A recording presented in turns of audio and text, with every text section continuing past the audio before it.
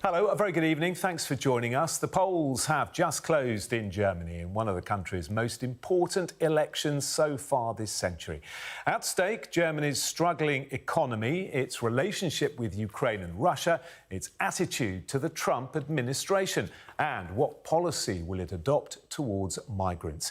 It's likely that two or more parties will form a coalition. But which parties? The opposition leader, Friedrich Merz, is expected to be the new chancellor, but it's the far-right party, the AfD, which has everyone taking notice. Well, let's bring in our Europe correspondents. Both are in Berlin for us this evening. Siobhan Robbins is with the Christian Democratic Union Party, seen by many as favourite to get most votes, while Adam Parsons is with the AfD party, which appears to have campaigned strongly. And with me in the studio, Dr. Isabel Hertner, researcher of European party politics and director of King Centre for German Transnational Relations. So, to Siobhan first, polls suggest the CDU will get the most votes, but that's not the end of the story. No, that's right. And within seconds of the vote closing, we've already started getting initial exit polls. Now, these are initial results. They're not confirmed yet. They're projections, basically. And what they are saying is what we've really heard for weeks now, that it appears that the Conservative bloc with the Christian Democrats, where I am, and their Bavarian sisters, the CSU, have got the largest share of the vote, predicted at the moment around 29%. Now, controversially, for some in Germany, coming second at the moment is the AfD. They are the far-right party. Exit polls initially showing they've got 19.5%. In third place are the Social Democrats. That's the party of the current Chancellor, Olaf Scholz, on around 16%. And then the Greens. So what happens now? Well, of course, these results will need to be confirmed. But then, basically, in the next hours and days and weeks, we will see a lot of horse trading to try and form a government. So given that the CDU, where I am, and their sisters have the largest share, they're going to be sort of in the pole position to form that government. They do not have, with 29% of the vote, they do not have a majority, so they will need to go into coalition. Now, they could look to the Greens or the SPD to try and do that, but we know there's going to be pushback because the AfD, in the run-up to this election, has been saying if they come second, which I have to underline is the best result for a far-right party since the Nazi party. If they came second, they were saying that basically it would be undemocratic to keep them out of government. The problem for them is that there's a long-standing agreement here in Germany which says that mainstream parties will not work with the far right, and it's highly unlikely. Friedrich Merz, who we're expecting to become Chancellor, has said he will not work with them. So it's highly unlikely that they would be invited into any coalition. So what's going to happen there? Well, when I spoke to far-right protesters yesterday, they said if this result, which we're expecting, was confirmed, they'd go out into the streets. So we can expect potential protests. Just seeing some more reaction here. What we haven't seen yet is Friedrich Merz. He's expected to come here to give his speech, to start laying the way. But as I say, this is really just the start of quite a long path to power. To give you an impression of how long these things can take, in the last election, it was September when people voted. It was December when we heard who the new Chancellor would be. And Siobhan, it is going to be many days, potentially longer, as you say, for a new government to form. Just remind us why these elections are happening now, 7 months before they were due. Yes, so as you say, we're expecting to have an election in September, but basically there was a former government which was a coalition between three parties. It had a big problem with infighting, so there were the SPDs, the Greens and the FDP party, and basically they had massive infighting, and the thing that brought them down was a fight about strict debt rolls. One of the parties was sacked, the leader of the party was sacked, and then there was a vote of confidence in Olaf Scholz. The current Chancellor, he lost that, which sparked these early elections. But there are big problems coming down the track and also already being experienced by Germany. There's an ailing economy. They're in their second year of recession. They need to build their military, particularly given the wavering that appears to be coming from the US around continuing to protect Europe and to work with Ukraine. There's big question marks around that. Germany is the biggest backer of Ukraine outside America, so we'll be looking at that closely. There are issues around migration. We've seen those issues feed in to the far right and bolster their support. So if Friedrich Merz is the next chancellor, he's going to really need to get on that quickly, and he's already been trying to do that when he's been on that campaign trail. So, for example, his party and him have been putting forward more right-wing solutions to what they see as a migration problem. For example, suggesting that they can put permanent checks on the border. And there are other issues as well to contend with. Namely, this rise of the far right. It can't be totally sort of spoken down as just suggesting this is a protest by people in Germany. We've travelled around Germany over the last, 3 years, but also in the months running up to this election, and so many people have told us that they are voting for them, not just because they're fed up with mainstream parties, but they really feel that Germany needs to change, that their voices aren't being heard around jobs, around migration, around the direction this country's going in. And so, really, the next government needs to try and fix a broken country. OK, Siobhan, for now, thank you very much. So the breaking news then this hour looks likely former Chancellor Angela Merkel's CDU party is likely to win power under leader Friedrich Merz. The exit poll suggests they'll get 29% of the vote. The far-right Alternative for Germany, or AfD party, led by Alice Weidel, has surged in popularity. The exit polls predict they'll come second with around 20% of the vote, and Chancellor Olaf Scholz's Social Democratic Party looks to be in third place with 16.5%, and the Greens in fourth with 12%. These are the exit polls. Let's speak to Adam Parsons, who is with the AfD, and all eyes will be on them this evening, Adam, and whether their often controversial message has landed. The extent of that controversy is probably represented here. So I'm just between where the AfD officials are gathering, down there, the other side of this police line. You can see this quite significant line of police officers, police vans going down into the distance. And that cacophony of noise you can hear is coming from over there.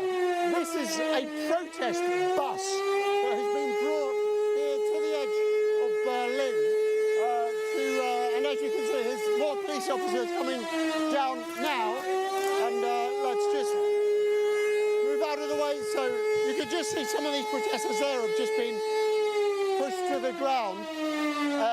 We had expected some sort of clash here. Effectively, these are the anti-AfD protesters who have been waiting here, and at the stroke of 5 o'clock local time, launched these air raid siren noises, and it looks as if, I can see right now the police are going into that bus to stop the noise. The air raid siren you can hear has just gone off, and you can hear that chanting against the police. Now that bus has been broadcasting what I have to say is a fairly foul-mouthed tirade against the AfD. There have been allegations from these people, calling them neo-Nazis.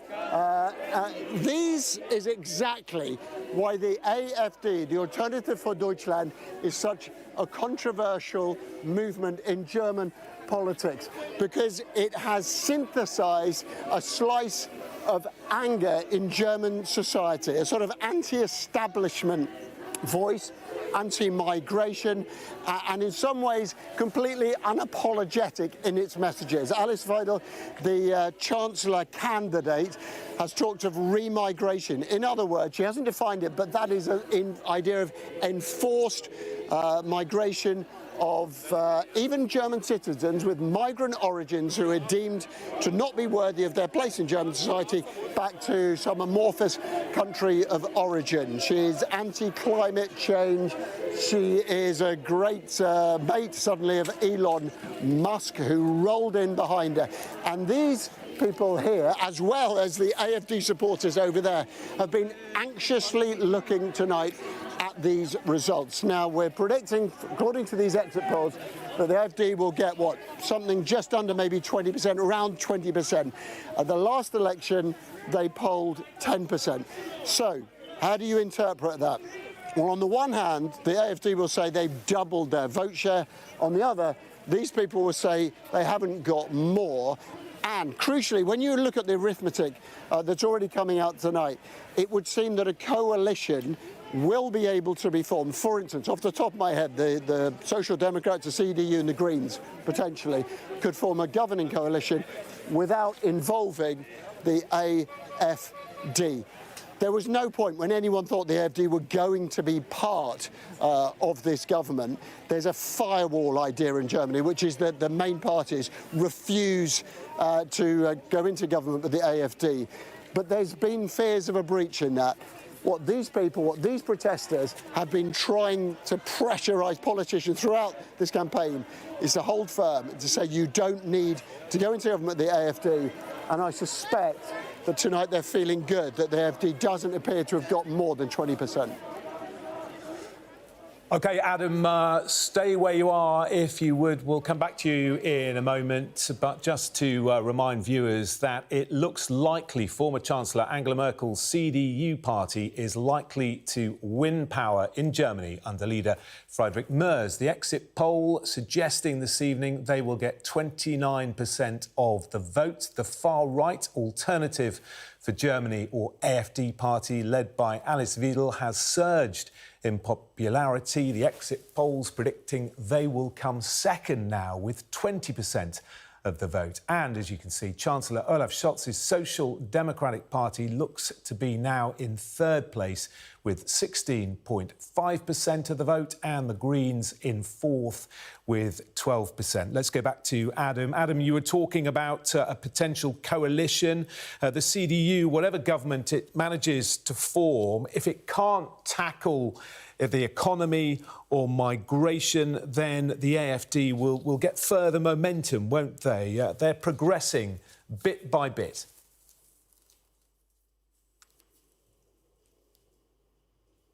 Oh, we're struggling to hear from Adam. Let's turn to our guest in the studio. Great to have you with us, Dr. Isabel Hertner, researcher of European party politics, director of King Centre for German Transnational Relations. Great to see you.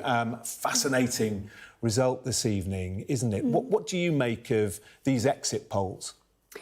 So actually, these exit polls don't surprise me, because already for the past months, actually, that has been forecast. So we've already been, in a way, prepared for that kind of result. And it's a very febrile sort of situation in Germany. We could see that, couldn't we, just from those pictures? Very polarized, lots of demonstrations over the past few days by people campaigning against the far right. As you've seen there in front of the headquarters of the AfD. So very polarized, emotions running high, and a result that shows that the German party system is now very fragmented, that any government formation is going to be difficult. So Friedrich Merz will, he's from what the exit polls told us, he's won 29% of the votes. Okay, it's the highest result, but he's going to need to form a coalition with perhaps two other parties, and that's not going to be easy. And he said he wanted to have a government in place by Easter, so about 2 months to do that, and that's going to be tough negotiations for him.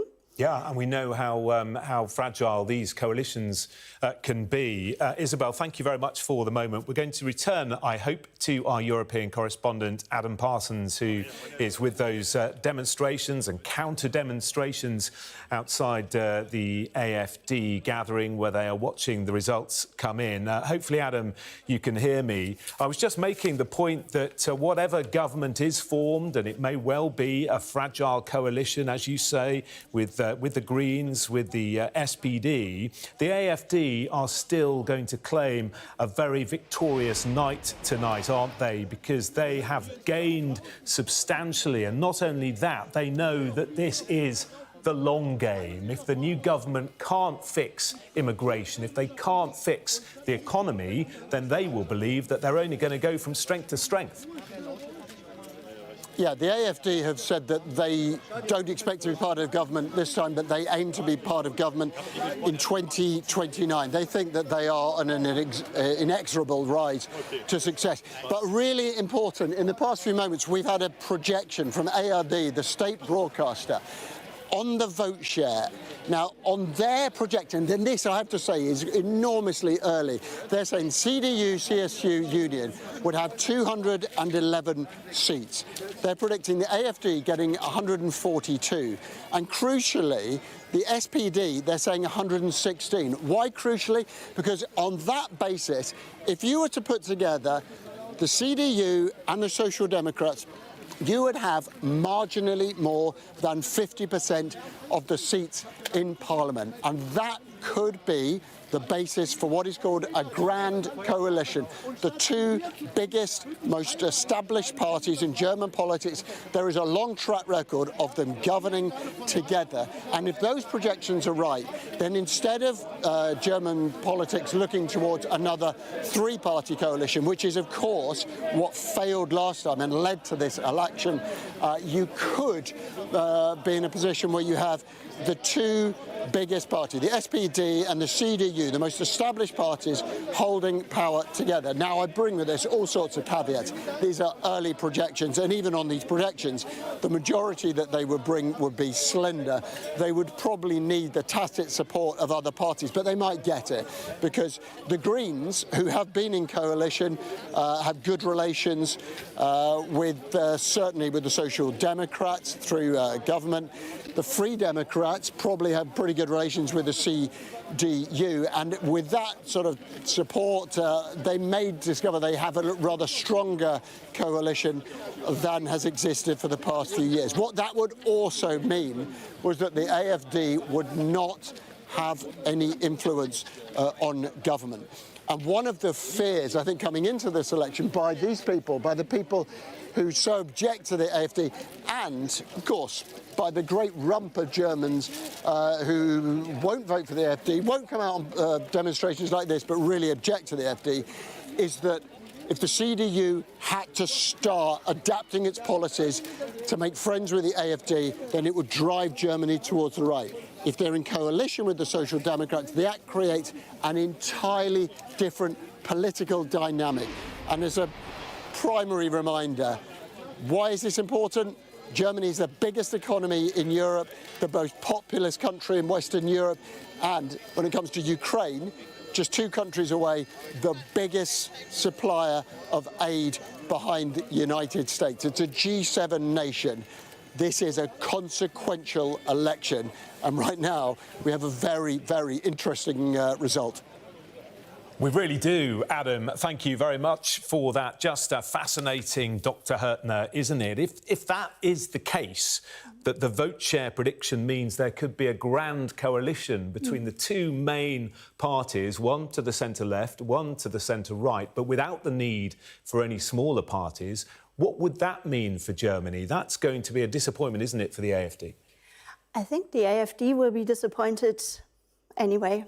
I mean, Friedrich Merz has said that he would keep them out of any coalition. And even though he has pandered to them over the past few weeks. Well, he's needed their votes, hasn't he? Which was very controversial at one stage. Absolutely. In a motion he put through the Bundestag, he presented a 5 plan on basically limiting migration, closing off Germany's borders, re-establishing controls and so on. And the AfD voted for him. That was hugely, there was a lot of criticism. It was very controversial in Germany. So he then said, just to make it clear again, they are not joining any coalition with me. Now, if there's a grand coalition, there have been several under Angela Merkel, and I think they worked reasonably well. They are never the desired outcome, because most voters prefer a left-wing or a right-wing government, I think. So this is seen as a second-best option. Is there a sense that they would almost be forced to work harder together in order to fight against the sort of the common enemy, if you like? Yeah, to keep the AfD out, this is necessary. But I think it was slightly easier under Angela Merkel because she was a more centrist, more left-wing politician. So she moved her party a bit more to the center, socially more liberal. Friedrich Merz is more conservative.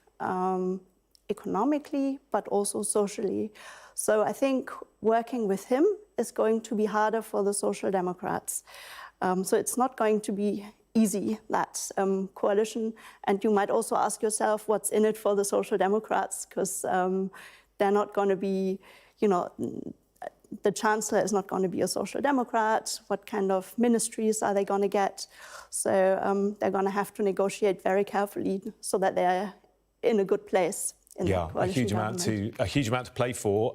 Isabel Hertner, thank you very much for the moment. Let's return to Siobhan Robbins, who is in Berlin for us with the CDU, who certainly, according to the exit polls, seem to have garnered the most votes this evening, and now will have to form some sort of coalition. And it seems, Siobhan, doesn't it, that firewall, as it's called, that firewall of parties against the AfD will very much remain intact.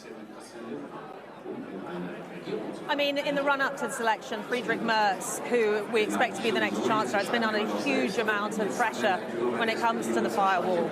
And that's because in January there was this vote about immigration, and for the first time since the Second World War, his vote, his draft that he put forward got over the line because of support from the AfD. That alone, it wasn't even a binding motion, it wasn't a bill, it wasn't a government. That alone brought people out onto the streets saying protect the firewall, while the AfD were absolutely celebrating. And since then he has been asked at every debate, every public appearance, will you go into coalition with the AfD? And he has said a firm no. Now, of course, he could change his mind. I feel like that's highly unlikely. As we're looking at these predicted polls, predicted seats, it does look at the moment like what's emerging is going to be potentially a grand coalition. That's something they have to work out between themselves. That would be the CDU and the SPD, which is the party of the current Chancellor, Olaf Scholz. Now, on some things, these two parties do agree. So, for example, what they need to do about the economy, which is ailing, they both agree that needs to be a focus. The war in Ukraine, they both agree with continuing support for Ukraine, but then there are differences on that. Olaf Scholz has been extremely reticent, has said no several times about sending long-range Taurus cruise missiles to Ukraine, whereas Friedrich Merz seems much more open to that. Other things as well, migration. Now, this is the one, as Adam was saying, in the run-up to this election, the CDU and Friedrich Merz in particular saw that there was a gap on the right of politics which the AfD has been filling, and in order to try and pull back some of that support, he pitched ideas around migration in particular that were further right. So putting in permanent controls on the border, also potentially stopping some asylum seekers from even crossing in and applying for asylum. Now, his opponents, including the SPD, have been saying that's illegal, and the SPD is much more along the lines of continuing humanitarian support. Also really underlines the need for controlled immigration, because Germany, one of the problems they have is the workforce. So they do need immigrants and skilled migrants. What many people here are concerned about is a huge influx of asylum seekers, which some voters perceive as not giving anything back to society, but potentially taking too much away. So they're going to be issues issues that they are not on the same page on. The other thing is personality. Friedrich Merz shoots from the hip. He's bold. He doesn't take any prisoners. Olaf Scholz is far more controlled. He's quite slow in making decisions.